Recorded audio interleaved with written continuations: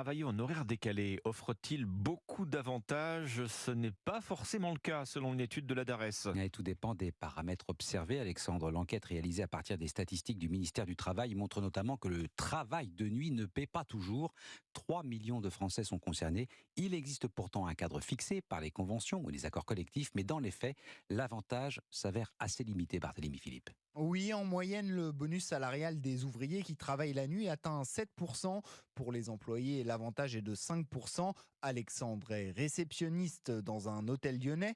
Grâce à ses 2 nuits de travail hebdomadaire, son salaire dépasse légèrement 2000 euros bruts. Par rapport à la rémunération, donc il y a effectivement une petite majoration sur les heures de nuit. Sur le mois, du coup, ça me fait 80 euros brut. Effectivement, il n'y a pas une énorme différence. Travailler la nuit, c'est vrai que physiquement, c'est pas facile. Même s'il est modeste, l'avantage salarial des travailleurs de nuit a le mérite d'exister selon Patrick Pommier, expert à la DARES. C'est plutôt un bon signe. Il y a une juste compensation à prévoir dans le fait de pratiquer ces horaires. Ça renvoie aussi à la théorie économique qui parle de différences compensatrices. Le salaire devrait compenser des contraintes subies par les salariés. En France, le travail de nuit concerne un salarié sur 10. Parmi les secteurs les plus exposés, les transports et le stockage de marchandises. Barthélémy Philippe du service économie d'Europe 1.